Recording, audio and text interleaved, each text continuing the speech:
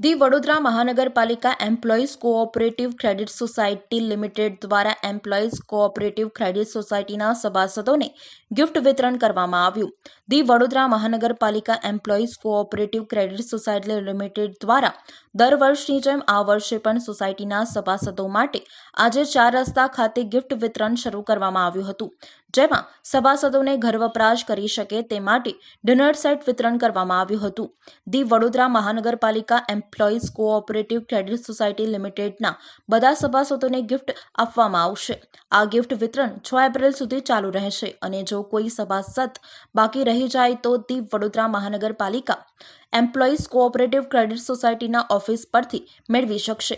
વધુમાં ક્રેડિટ સોસાયટીના મંત્રી હિતેન્દ્ર પટેલે જ વધુમાં જણાવ્યું કે મહાનગરપાલિકાના એમ્પ્લોઈઝની કોઓપરેટિવ ક્રેડિટ સોસાયટી જે ચાલે છે અમારી, એમાં દર વર્ષની જેમ આ વર્ષે પણ અમે ગિફ્ટ વિતરણનું આયોજન રાખેલું છે, જેમાં સેલોનો ડિનર સેટ છે ડિઝાર્ટમેન્ટમાં, અને આ વખતે અલગથી અહીંયા આઈટમ રાખેલી છે।